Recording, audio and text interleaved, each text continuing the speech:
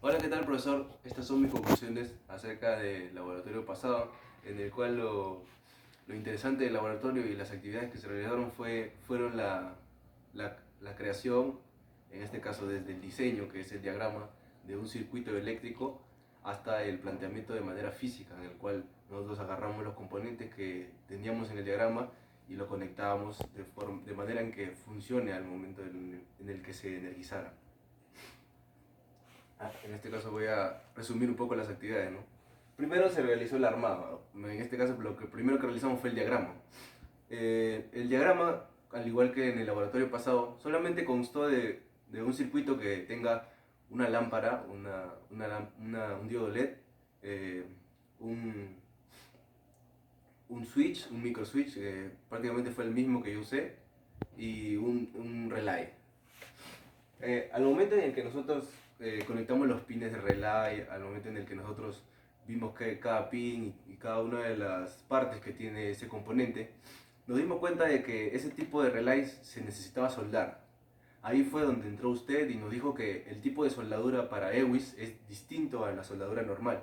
Nos mostró cómo es que se soldaba con una pata de ejemplo y nosotros también lo realizamos luego.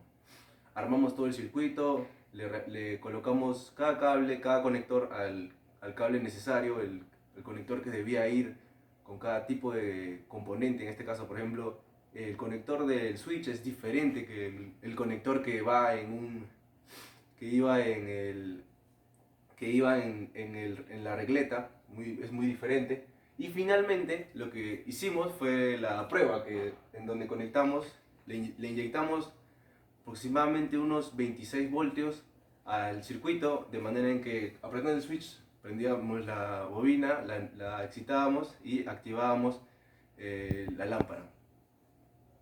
La prueba del circuito conectado. Bueno, en la prueba del circuito nosotros encontramos un voltaje de entrada, bueno, ahí es 26.75 y, sin tener que activar el switch en este caso. Pero cuando lo activábamos el switch, se encontraba una caída de voltaje de aproximadamente unos 2 voltios menos, que era de unos 24,85 voltios.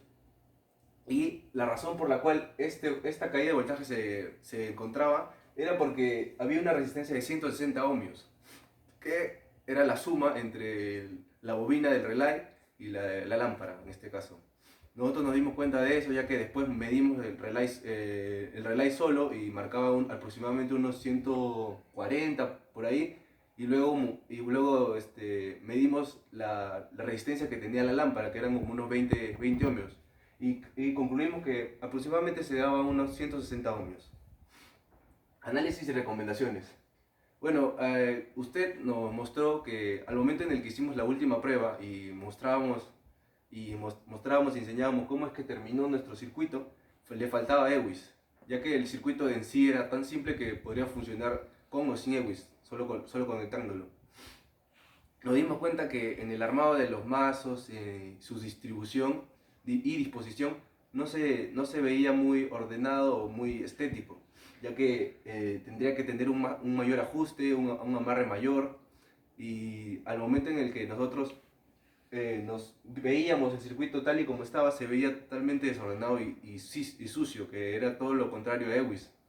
Luego también, al momento en el que colocamos los conectores en la regleta, terminamos dañando como unos 3 o 4 conectores al poner o al forzar la entrada de esa regleta, ya que los conectores eran demasiado grandes para la regleta. Y finalmente nosotros no en ningún momento marcamos o señalamos cuáles eran las conexiones de alimentación, o sea, donde se iban a inyectar directamente los 26 voltios. Usted nos dijo que esas cosas eran a mejorar, y esas recomendaciones las tenemos en cuenta para los siguientes laboratorios y las siguientes pruebas que tengamos que hacer. Con esto finalizo mis conclusiones, profesor. Muchísimas gracias.